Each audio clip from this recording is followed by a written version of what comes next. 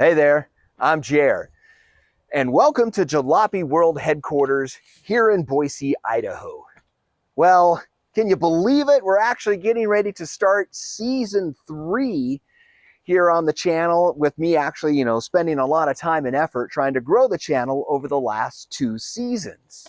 So thank you to everybody that has been with me on the journey so far. I couldn't have got this far without you guys hanging out with me. I honestly wish I had more time to talk about all of my cars that I have here at Jalopy World Headquarters, but it takes a lot of time to actually make these videos. And of course, I have a full-time job because a boy's gotta eat. As you can tell by this messy and full workbench, I'm usually out here doing something several hours each day. So I figured with the kickoff of season 3, it'd be a great time to show you what it's like around here and all the projects that I got going on the inside of the garage, on the outside of the garage, on the side of the house, and in the shed. Stuff is everywhere here at Jalopy World Headquarters. Then at the end, I'm going to get a little bit into how I make these videos and the process for that. And then at the very, very end, if anyone's still watching anymore, I'll talk a little teeny tiny bit about myself, because I've never done that. Who am I? You don't know. So without any further ado, let's go ahead and take a look at all of these jalopies. There's a couple. So this is my 1987 C4 Corvette. This is basically the main driver of my content on my channel right now.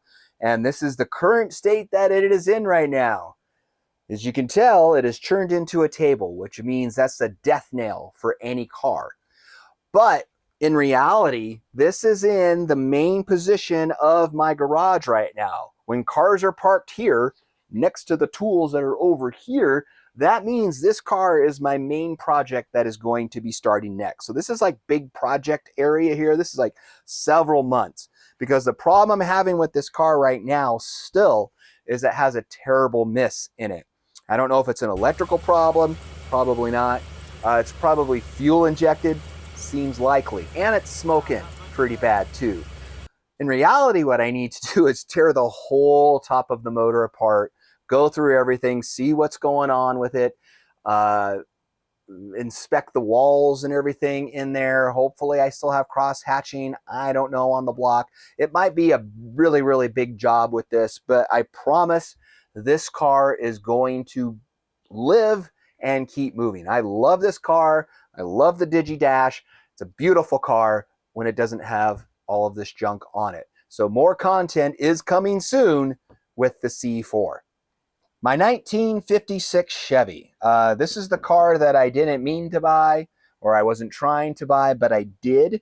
Actually, what I've ended up doing with this car is using it as practice for everything that I do on my 57 Chevy, because this car is almost identical to my 57. So things like putting in the windows, working on keeping it dry, and the stuff with the doors and all the adjustment for everything, I do on this car first. So I get some practice on it. Obviously don't have to worry about scratching the paint or anything like that, or keeping it nice and pretty. So then when I get to my 57, it's a little easier to work on that car.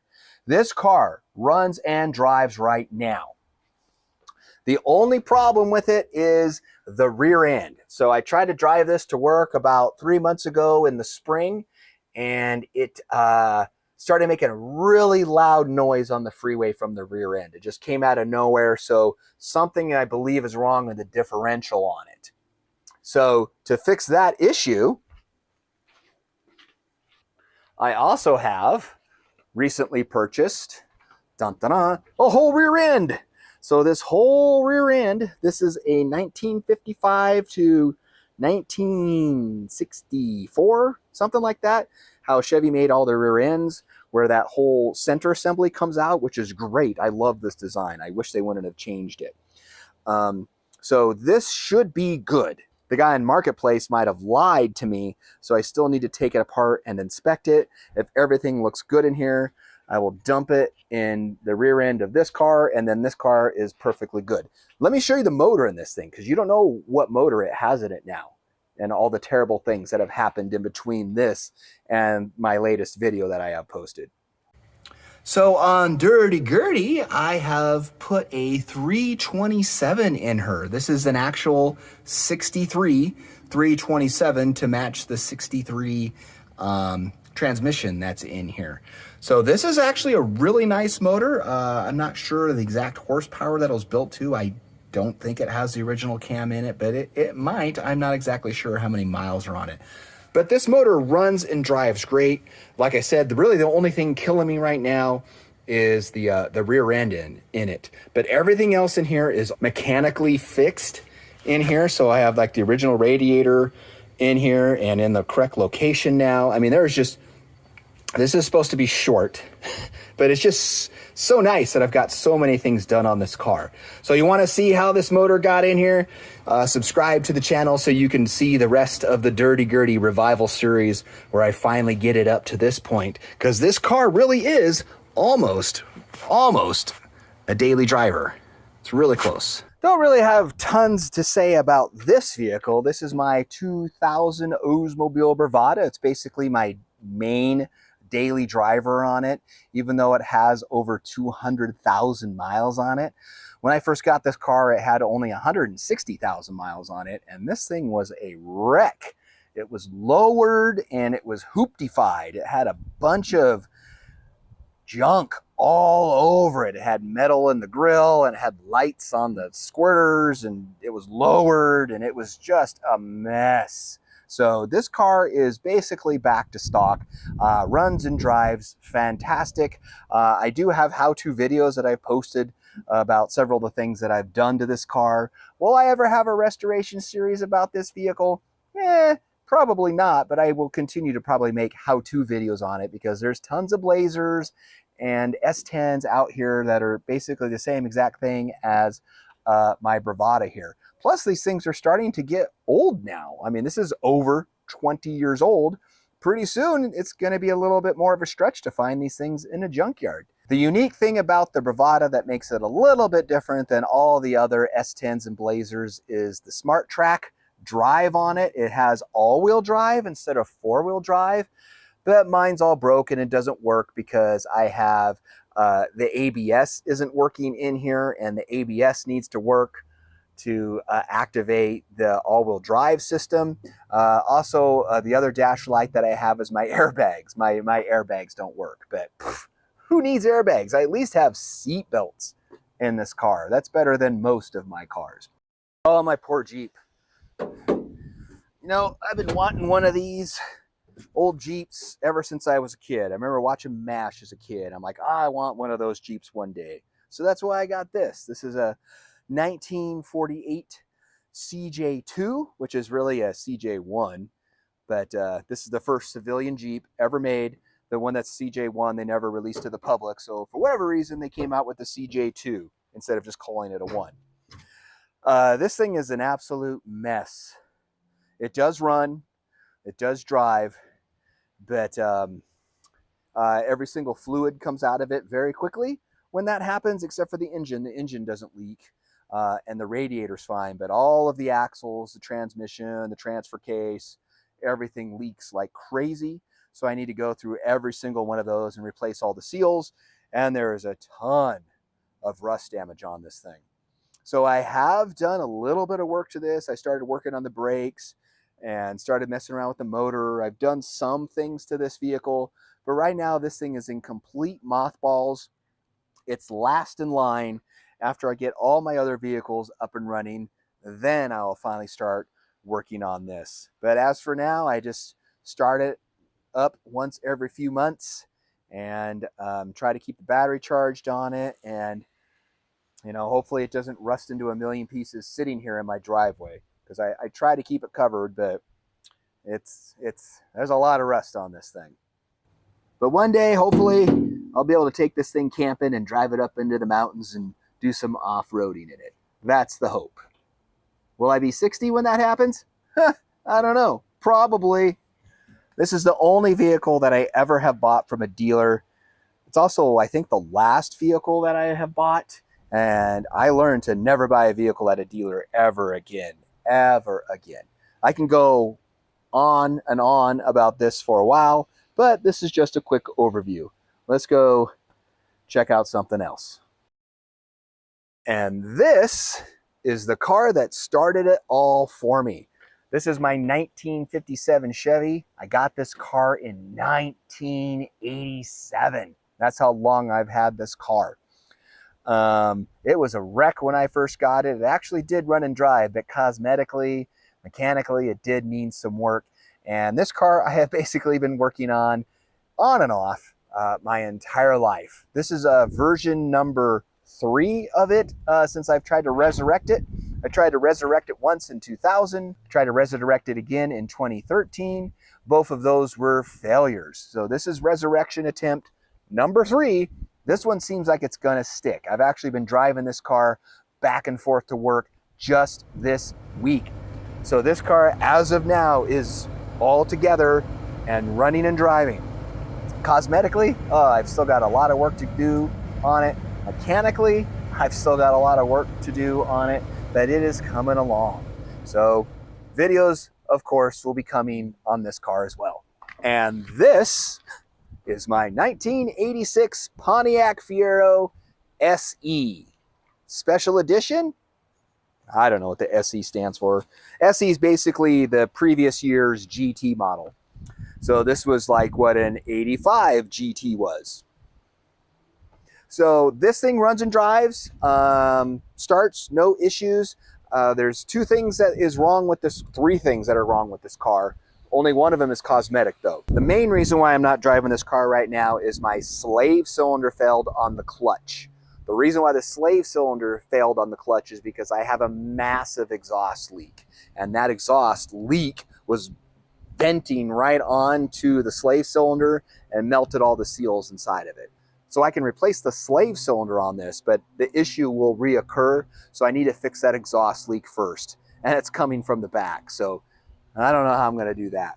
The other minor issue that I'm having is the paint. Stupid car covers, don't use car covers, because when things like this, the wind happen, they will flop up and down and it will chafe everywhere. And both this car and my Corvette, the clear is dead on it because of stupid car covers. So this thing is actually coming back online very, very soon. Hopefully I'll get this thing running by the end of the year, no problem. Now that I got my 57 running and driving, my 56 put the rear end in it, and then I can get to this car. So hopefully by the end of this year, this will be up and running again. Oh yeah, and something terrible happened over here too. You should come over and look at this. Had a bit of a fender bender here. It was actually really slight. It happened in a parking lot at the DMV, no less. And I was inside getting something, you know, registration for something on one of these many things. And a guy came in, he's like, hey, who has a Fiero? And he's like, oh, I hit your car. I'm like, oh God, what did you do?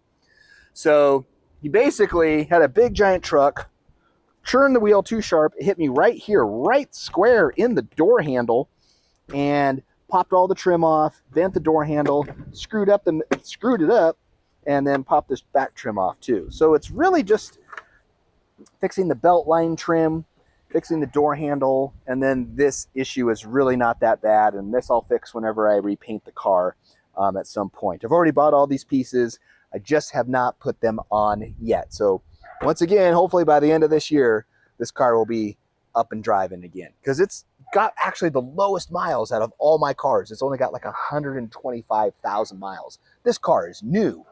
This is my 1963 GMC. Full stop. It's GMC. So it's only a truck. This is a 1500 series, which means it's a 3/4 ton. Once again, GMC stuff, full stop. 1500 means 3/4 in GMC land when this thing was built.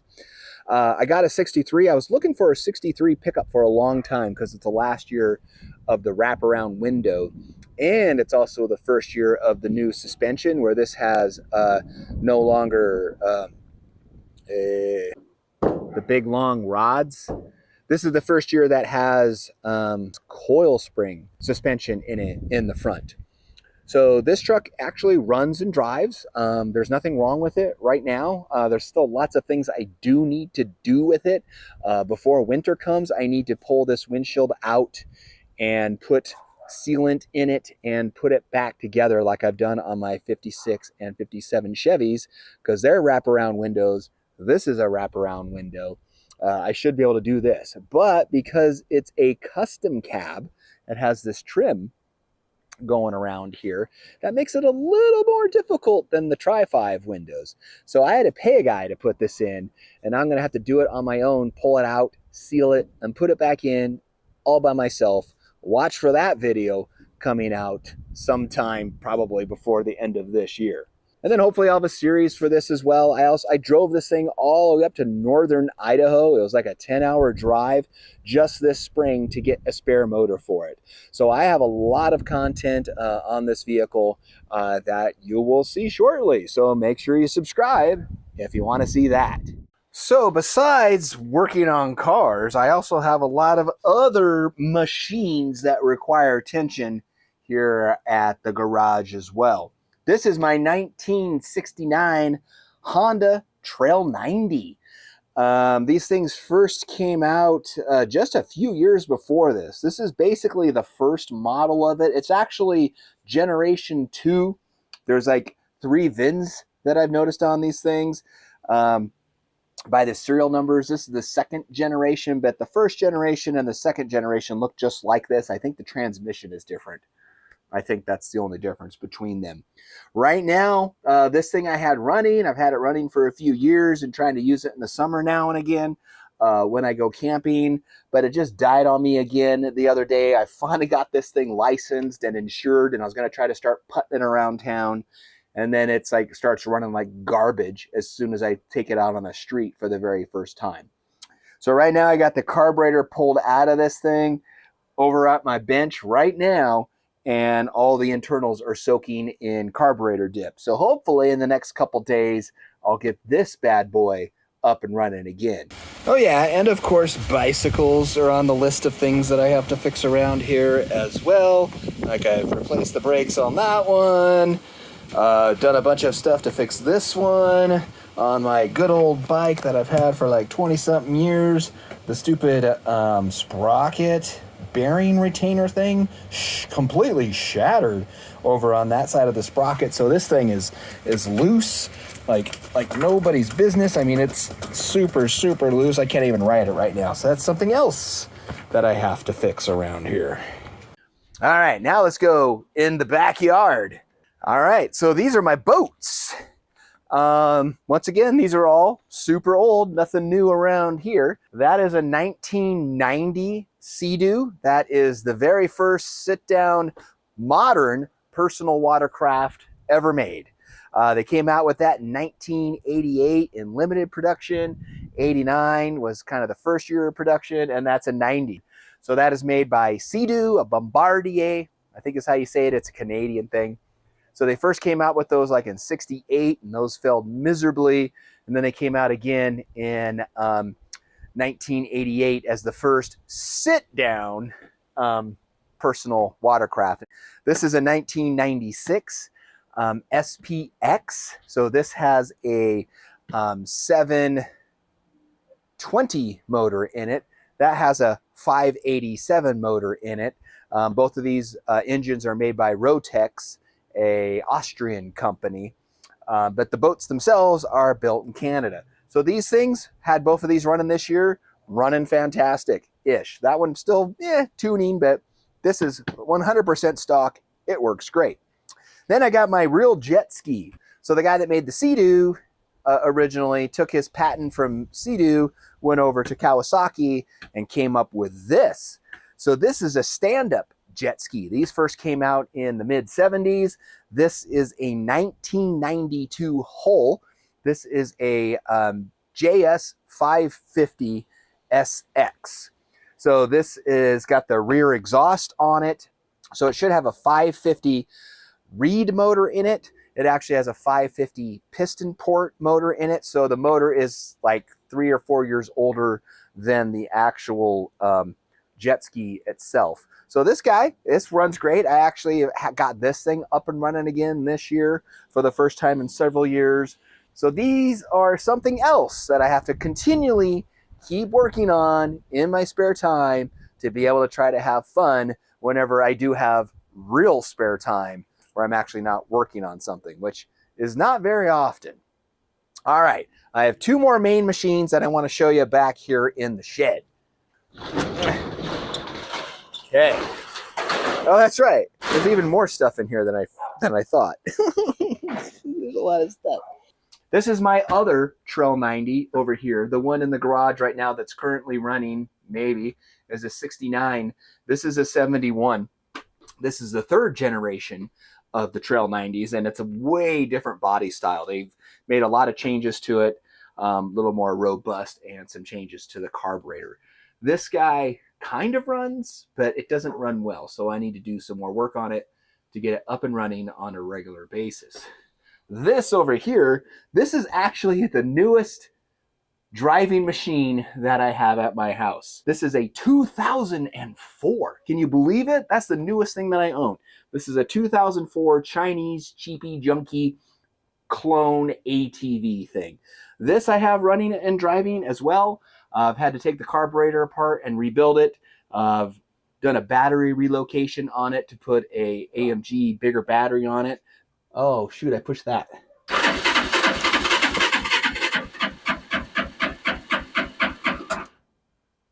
I just messed with this stop switch.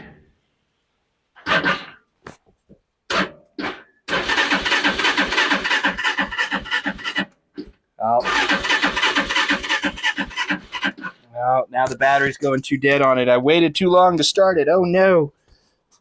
Well, apparently there's something else that I have to fix. So this is why it's a never-ending thing. This thing should start right up, but now it's not. Oh my gosh.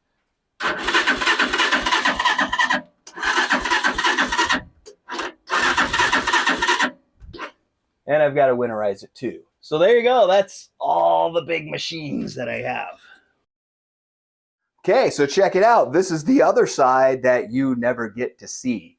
What I use for my video editing is an old copy of Adobe Premiere, CS6, because it's the last copy that you can physically own for your whole life. So I use a phone to record all of my videos, a couple of them. I have a couple Pixel 5s that I use because I get unlimited storage with these things still.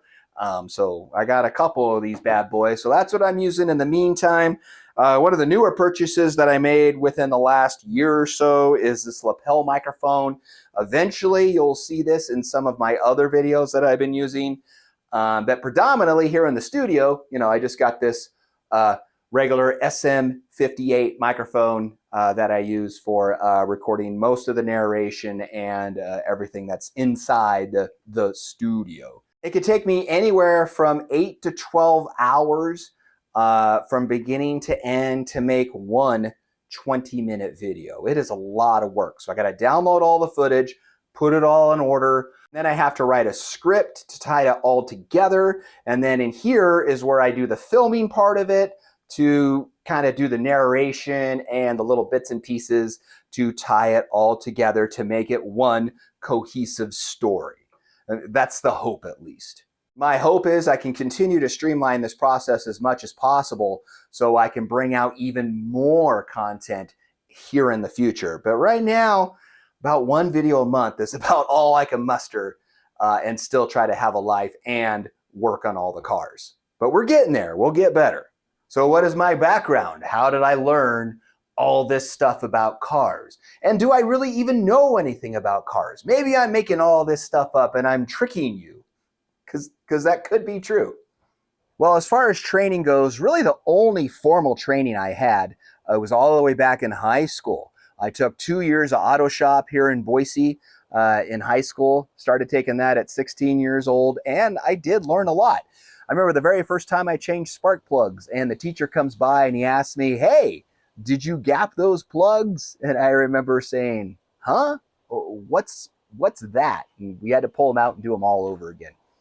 So I learned a lot about working on cars, mainly from working on my 57 Chevy when I was a kid and all the way through my early 20s until that thing died and I had to start working on other cars.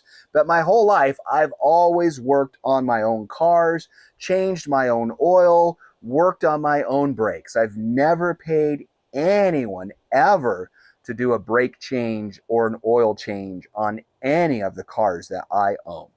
So if I don't know something, I will go ahead and, of course, look it up on the internet, maybe even YouTube if I can't find it. But really my go-to source is things like this, you know, things like the original shop manuals. Not these kind of shop manuals. You can see I actually have this out right now working on my motorcycle. But the real shop manual, this is kind of the go-to information.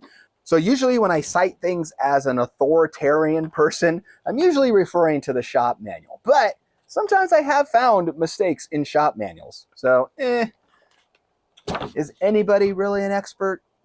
I don't know. So that's really all the training I've had is reading and practical experience. What have I done with my real life with work? So one of the very first places that I worked at as a kid in my early 20s was Shucks Auto Supply. They used to be around for a long time, the good old CSK, Checker Shucks Cragen. They're out here on the West United States. O'Reilly eventually bought them, and now they don't exist anymore. So I did a lot. That's basically the first place where I kind of cut my teeth working with automobiles professionally. It's the only time I probably have had a professional job working with automobiles. But yeah, I still got some of my old Shucks memorabilia and stuff. My favorite thing about Shucks was when people would come in and ask for something and I either had or didn't have it. I just loved saying, "Ah, shucks, we're out of that." I mean, it's a goofy name. People could never spell either on the old days when we had checks. Actually, before I worked at Shucks, I was an electrician for a couple years. I had that as a full-time job. I was an apprentice electrician for 2 years, learned a whole lot about electrical, and I was actually pretty good at it. But I just did not want to work outside because this is residential electrical, building houses, and I just did not want to work outside 4 seasons a year because in the summer it's too hot, and in the winter it's way too cold. So I did not want to do that for the rest of my life. So after I had a really good job making pretty good money as an electrician, I decided to quit that and get 3 part-time jobs all at once. One of them was working at Shucks. I was doing that part-time. I was also working at the mall or something part-time selling clothes. And I also had a part-time job as a radio DJ. So I got into doing that for a very long time, doing DJ at a bunch of different radio stations. Eventually started doing that full time, and then I had a family and needed to get a real job. So I quit that at the end of the 90s, and then after that got a job here in Boise at a large semiconductor manufacturer, and I have been working there ever since. So for the last 24 years, I've worked at the same company, and my job has mainly been in training. So that's why with all these videos, I try to focus on the educational side of it. Oh, my education. Oh my gosh. So my education, the whole time I've been working at that large semiconductor manufacturer, I was also going to school. So I got my undergrad in electronics. So I have an electronics degree. And then I also went to graduate school and got a certificate in adult education. So I've had a pretty broad background to give me a lot of experience with helping to work on cars. I'm still no expert. I'm not a true mechanic, but I really have learned a lot over the years. And I can do things like explain how the VAT system works or how the 3-wire headlight system works on my C4 and on my Fiero because I can read a schematic. And then I can use that information and explain it to you. All right, so let's talk a little bit about the personal stuff and my background. First of all, I guess you could tell I love old things. I love making them work. I love fixing them and keeping them as original as possible. To me, old things are kind of like time machines, especially with cars. Cars you can get into and drive them the way they were when they were brand new. And some of these things are 50, 60, 70 years old. So that's the way I like it. I know a lot of people like upgrading their cars and making them more modern and more reliable, but not me. I like the experience, I like the nostalgia, and I like the whole time machine element of being around old things. My other personal traits are I like poetry and long walks on the beach. I hope you enjoyed your tour today at Jalopy World headquarters. And if you're seeking a refund, go ahead and just talk to the lady out front. If you want to see when any of this content is put on my channel, just go ahead and hit the subscribe button. If you have any questions for me or comments, just go ahead and leave those in the comments section below. Thanks a lot, you guys. I really do appreciate you hanging out with me on all the wacky stuff that I got going on around here. Have a great day. See you later. I don't have an outro for this. That's good.